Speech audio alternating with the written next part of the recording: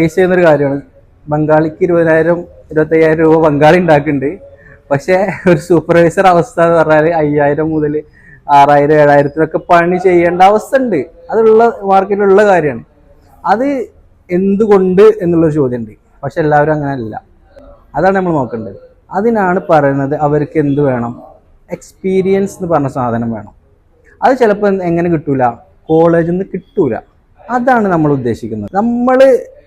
നമ്മുടെ കയ്യിലൊരു കുട്ടി വന്ന് കഴിഞ്ഞാൽ ഈ കുട്ടിനെ മോൾഡ് ചെയ്തിട്ട് എടുക്കുകയാണ്.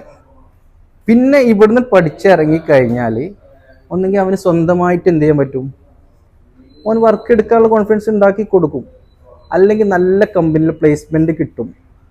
ആ ലെവലിലേക്കാണ് നമ്മൾ ഉദ്ദേശിക്കുന്നത്. അപ്പൊ നിങ്ങൾ ഈ പറഞ്ഞ 6,000 5,000 അവന് വർക്ക് ചെയ്യേണ്ട ആവശ്യം വരൂല. കാരണം അവന് നോളജ് ഉണ്ട്. ആ നോളജ് നമ്മൾ റെഡിയാക്കി കൊടുത്തതിന് ശേഷമാണ് ഇവരെ നമ്മൾ പുറത്തോട്ട് ഇറക്കുന്നത്.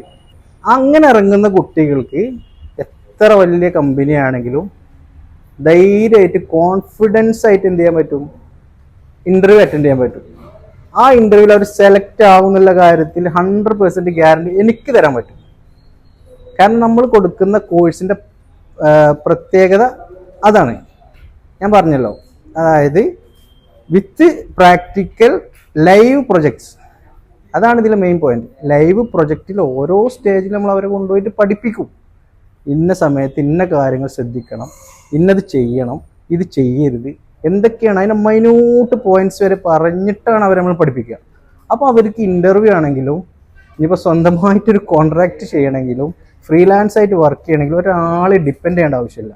ഇതാണ് നമ്മുടെ ഒരു മെയിൻ എയിം എന്ന് ഉദ്ദേശിക്കുന്നത്. അക്കാഡമി എന്നുകൊണ്ട് ഉദ്ദേശിക്കുന്ന ഒരു മെയിൻ എയിം ഇതാണ്.